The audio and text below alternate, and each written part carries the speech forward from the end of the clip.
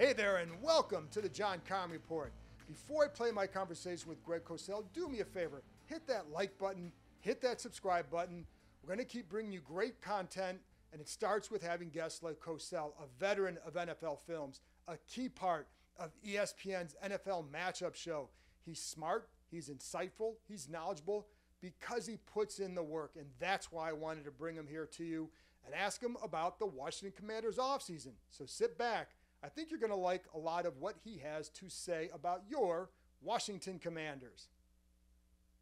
Greg, I appreciate you coming on, and I have to tell people and tell you, one of my favorite shows to watch, and I watch it every Sunday morning during the NFL season, of course, is NFL Matchup, because the knowledge is tremendous, and I know the work that you, Greg, and Sal, or you, Matt, and Sal put into that show, especially for you and Matt, the work you do to get to the point where you can discuss it with a great deal of confidence. It takes a lot. It's not just watching the film and saying, oh, I think this. Like, what you guys do is tremendous with that. Well, I really appreciate that, John. Look, the bottom line is it just takes work. It's a grind. You have to love it. In some ways, I'm almost like a coach in that regard. I just grind away watching tape because I always think there's more and more and more to learn. Because when you think you know, I've always felt that's when you really don't know. There's always more to see, more to learn. In fact, I tell people this all the time, John. When I watch tape, I always think to myself, what are the 10 things I'm missing that if a coach was sitting here, he'd point out and I'd say, oh my God, how did I not see that? But I mean, even with the draft, I made it through this year, 205 players in great detail that I watched. So, and I'm a one-man scouting service, so it's just me. Last weekend, the weekend after the draft, was the first weekend I did not work since last August. Wow. So, it just takes time. I mean, it takes a ton of time. That's all it is. You have to sit and you have to grind away and you have to watch the tape. And it's funny that you say that too about how many times you have to watch, because I go back and watch Washington's games every week because there's so much information in there that you can learn. But what I found is you have to watch the same play again and again and again and again. And there are times where on the 9th time I'll watch a play, I'll see something and it's that little aha moment where I say, oh, I just saw the guy turn his head this way. And like, why didn't I see that earlier? But I'm seeing it now. And like that one little nugget gets me excited because I think I found something that may have unlocked what really happened on that play. No, and you're 100% right. And that's why even during the season, sometimes I get frustrated because I have my matchup show, and that takes a lot of time to do, but I try to watch as many games as I can. I can't get through every game every week. And I know I'm missing some things and it makes me crazy, but it's just not humanly possible for me, particularly when there's a 16-game slate, to watch all 16 games, both sides of the ball. It's just, and I wish I could. It's too hard. And you know what was eye-opening for me is when ESPN started doing for the national championship games, they'd have the coaches show. And so I just think these guys see everything, right?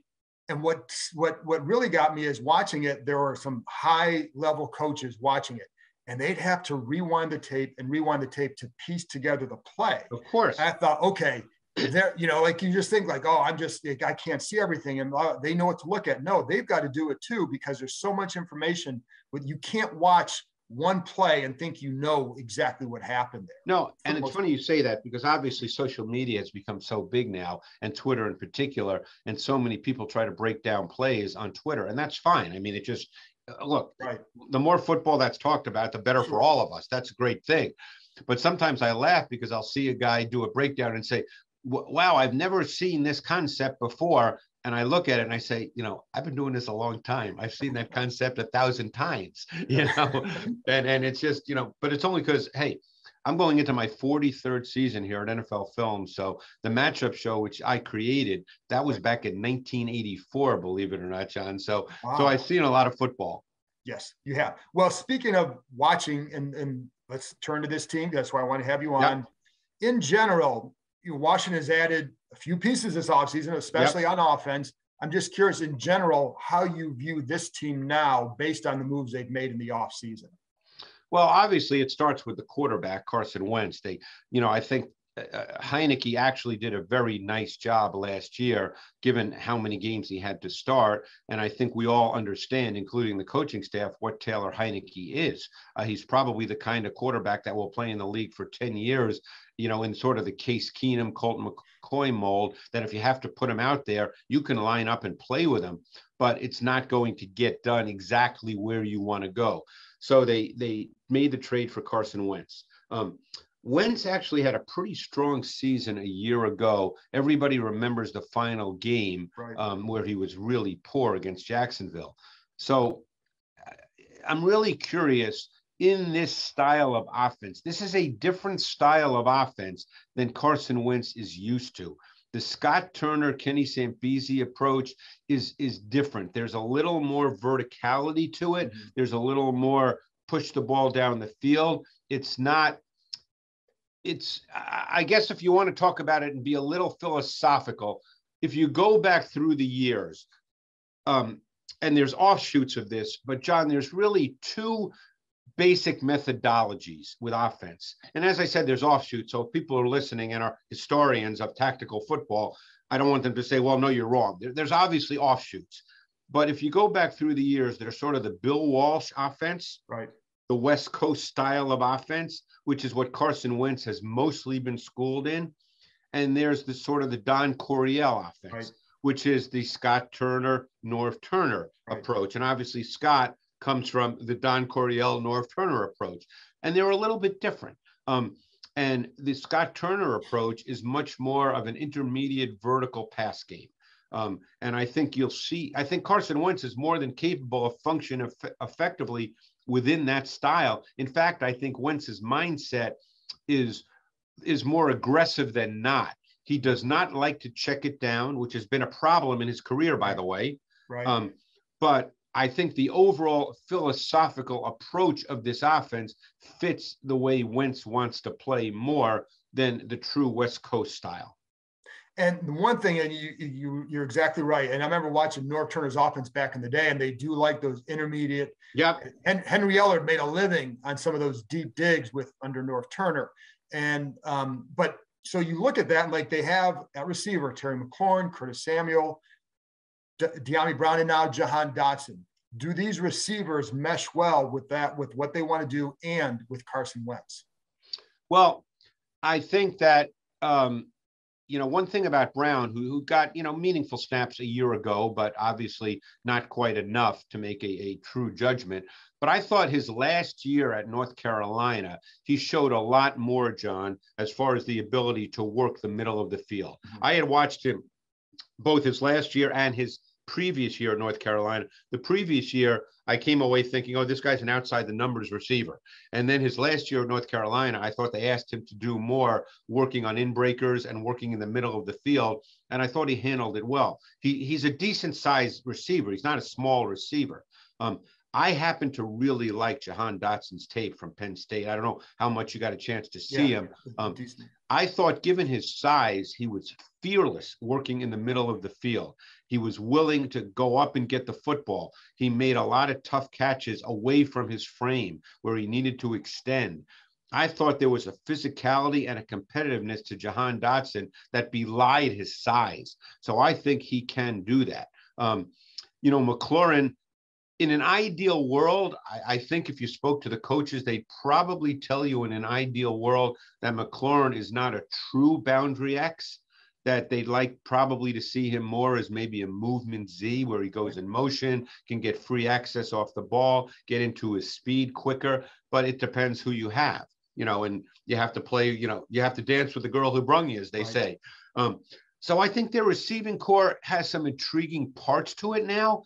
I think it will be the off season and training camp for the staff to kind of figure out how those parts fall into place. But I thought Dotson was a really good, draft choice. I'm in the minority, I'm sure, but everything, as you know, I say is based on tape study. Right. I liked Jahan Dotson just as a receiver. Again, now it gets down to where a receiver goes, but I like Jahan Dotson more than I like Chris Olave. Although I think Olave is in a phenomenal spot, because Olave to me is a really nice compliment And if Michael Thomas returns healthy for New Orleans, I think Olave's in a great, great spot.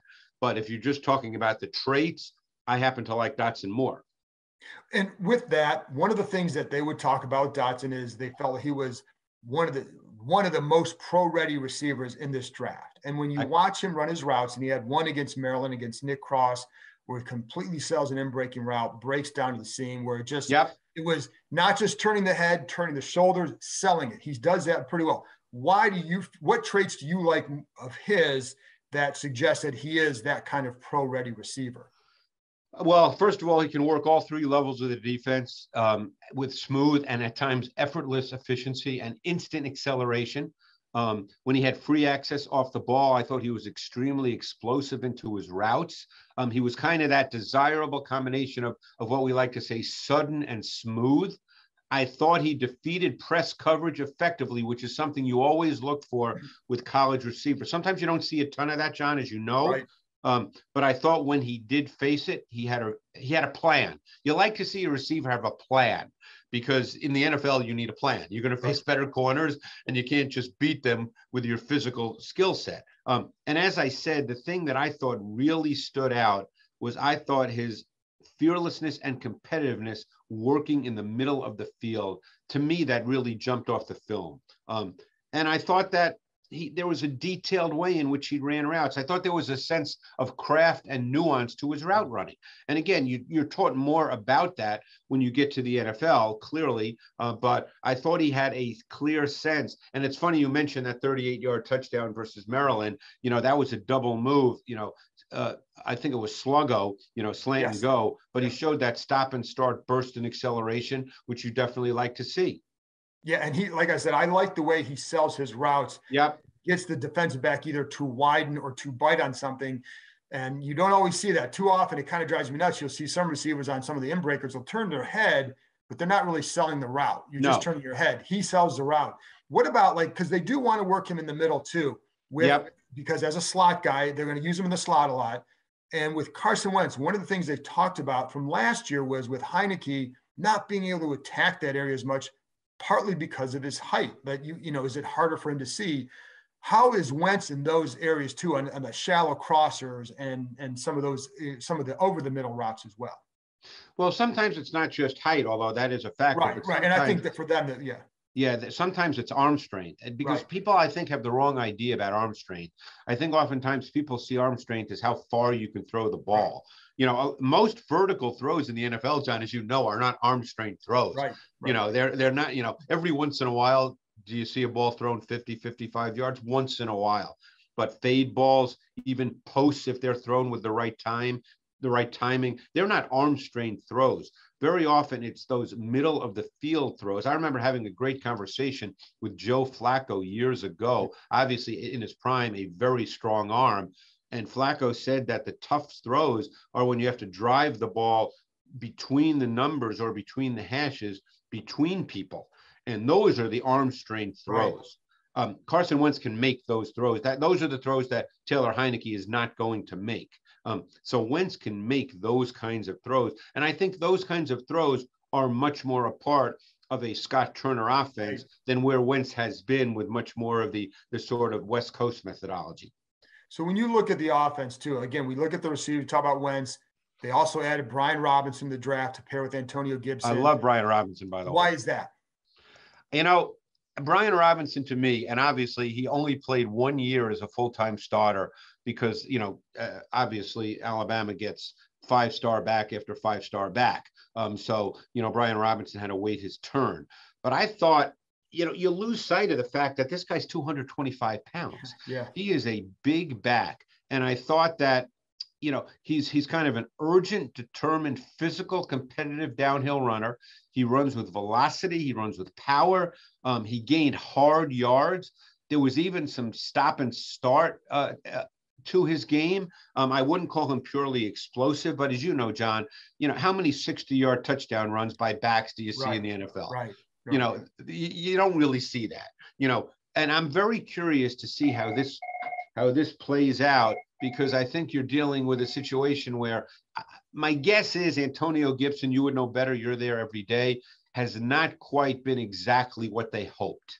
Not that he's a poor back, but I think that they expected a little more as a feature, true foundation back. And it would not surprise me at all if Robinson ends up taking snaps away. And look, I remember Gibson coming out of Memphis. I was obviously wrong, but I thought Gibson was better as a slot receiver than he was as a true foundation running back. But obviously, that's not the way Washington saw him, and maybe other teams saw him as well. But I think Gibson is a really valuable piece. I just don't know if he's truly a 250 carry a year guy. Yeah, I don't know that they think that either. And I think there was some things they saw at the end of the year with him, the way he set up defenders, the way he would hit the hole. Even like sometimes the defensive back would be there and he'd try to bounce, like just run through them. They're going to arm tackle you. And that's what Robinson does. There was a play against Georgia, 2 plays against Georgia in the national championship game from inside their own 5, where he gets like 3 yards, should have been a 1-yard loss, but because he had this power, legs moving, gets a couple yards. On the next play, he, it looked like it was supposed to be a zone cutting inside the tackle. Tackle loses leverage. He gets the end to widen, the safety to widen, and he cuts back inside and breaks like 4 arm tackles. So I think what they like about him is his understanding of how to run as a running back, something that they feel Gibson looked like he was getting at the end of the year, but is still learning.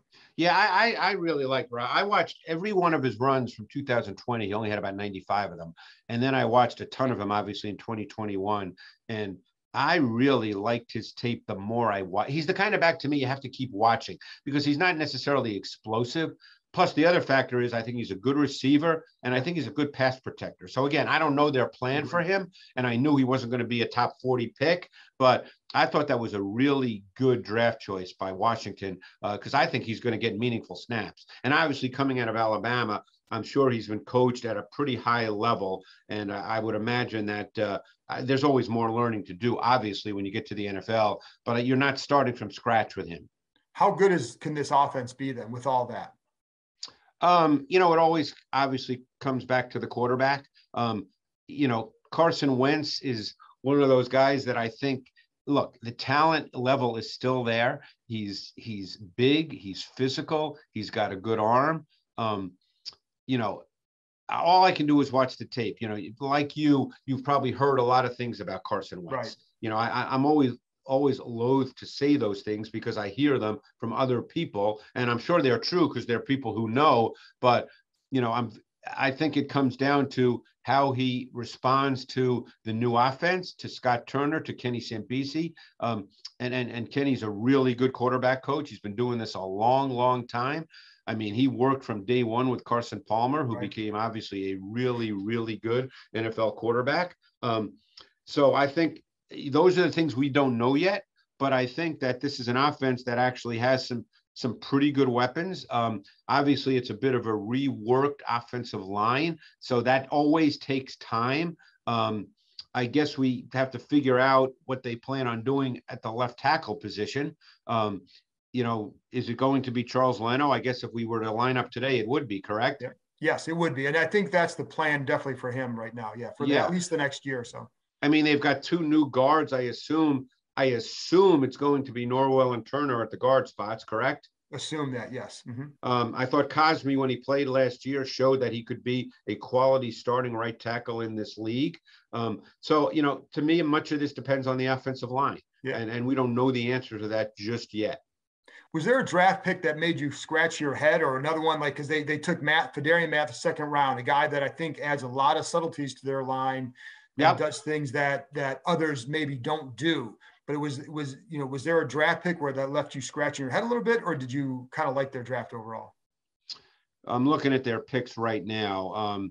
Mathis, I loved his tape, and I guess Deron Payne they did not re-sign him, correct? They haven't extended him. He'll be back this year, but they just haven't extended him yet. And there's questions about whether or not they will be able to. But this certainly covers them if they don't. And plus the other thing, Greg, that they really like with Mathis, and I'll ask you about this, what your thoughts are, is that Alabama coaches told them he was the most selfless player they had. And you see it in the giving himself up on stunts, etc. And his ability to occupy 2 blockers. Not that Allen and Payne can't do some of those things, but they're going to they want them to get upfield. So this is why they like Mathis, is the ability to maybe, keep the linebackers a little bit more clean and do some of the selfless stuff that they've been looking for. Well, I really like Mathis. Mathis was another player that he grew on me the more tape I watched. I agree with that. He's just a steady guy. He's, first of all, Alabama plays multiple fronts. So he lined up in multiple positions along the defensive front. That always increases value as you project and transition. So he's front and scheme versatile. He's got size, he's got length, he can two gap, he can one gap. I thought he flashed just enough pass rush traits where you thought that, hey, there's something there. He was very effective in multiple stunt concepts, John, as you indicated. Down the road, I think he could develop into a sub-front inside pass rusher. That would take a little time, but he's got powerful, heavy hands. He's got a strong anchor. I really liked him a lot. I think there's a lot to unlock and unleash with Phidarian Mathis. And again, I did not know that about his selflessness. Obviously, you did that research, but I just, and again, who knows if he really comes on strong early and it's evident he's going to be a really good player, maybe they don't extend Payne. I mean, you can't sign everybody. Right. And that's the problem with that line, because you're going to have Sweat and Young coming up pretty soon as well. So you can't keep everybody. How do you see Washington stacking up right now in the NFC East? The NFC East to me is a little bit open right now. So I think that it's, again, it's early. We're doing this, right after the schedule came out. I'm not trying to cop out on the answer, John, but I don't know how to answer that right now. I mean, I think, look, every team has question marks. I think there's question marks with Washington to see how Carson Wentz plays. I'm curious to see how their receiving core shakes out. We spoke about the, Gibson and Robinson. I'm curious to see how that shakes out. I don't think they know the answers to this right now. I'm curious to see, how their corner position shakes out. I really liked Benjamin St-Juste coming out of Minnesota. I know he got hurt last year, but he did play meaningful snaps before then. So I don't know how they see that. Will he end up being an outside starter opposite Jackson? Or, again, I think these are questions that the offseason needs to answer. Jermaine Davis, I thought I really liked him coming out of Kentucky. I thought that he struggled a bit last year with what they call key and diagnose. I thought he got better as the year went on, but he needs to continue to get better at that because his size, his length, his athletic skill set tells you that he should be a really good 3-down linebacker, but he wasn't ready to do that as a rookie.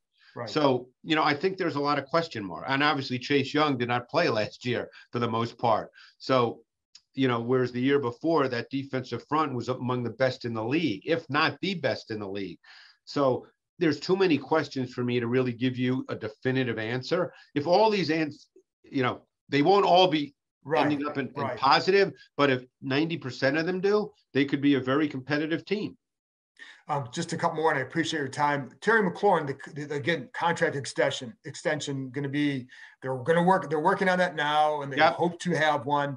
How do you see him compared to other receivers, especially like in that class? In that class, it's A.J. Brown, it's D.K. Metcalf, it's Samuel. How does he stack up with those guys, do you think?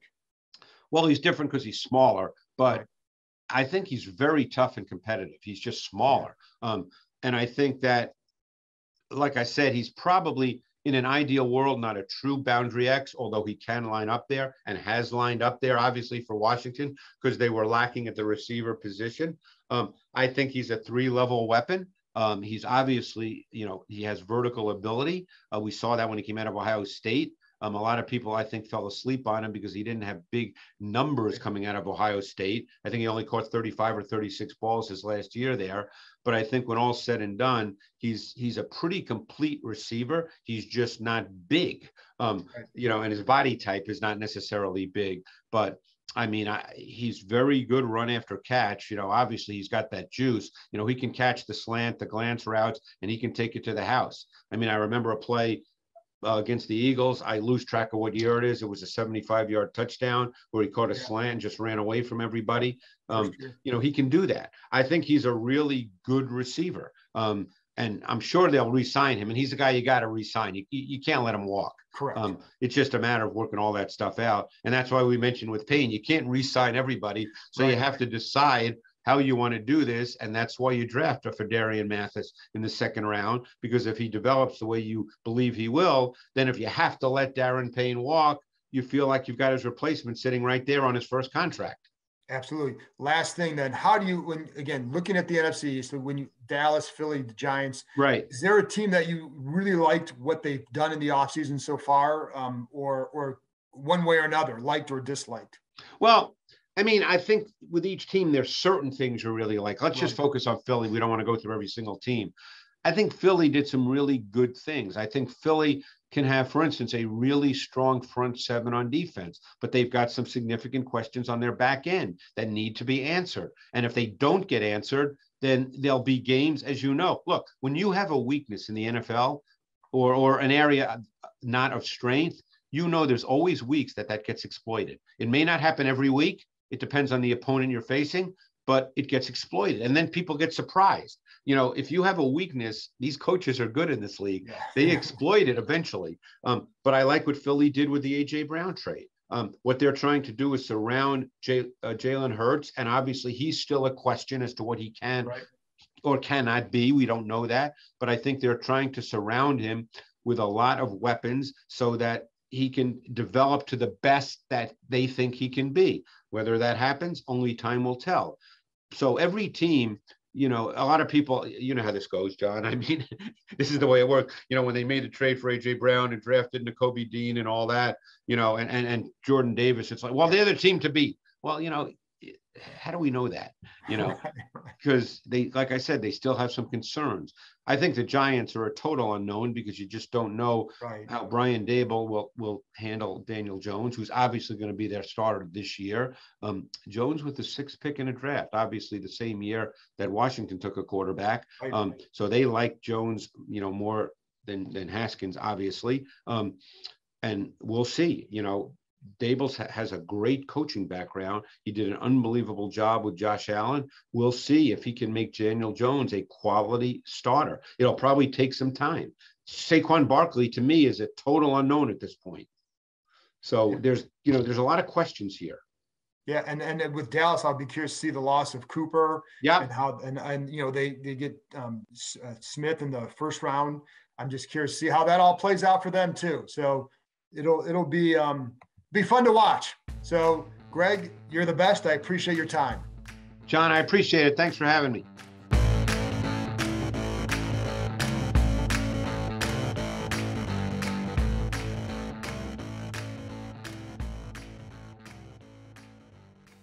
Hey, everybody, it's John Keim.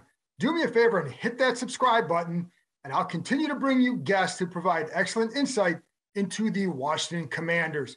And while you're here, check out the other terrific content on the Empire Media Network, including Inside the Cap with Joel Corey and All's Caps with Steve Wino and former Washington Capital Carl Alsner. Go ahead, hit that subscribe button. Thank you.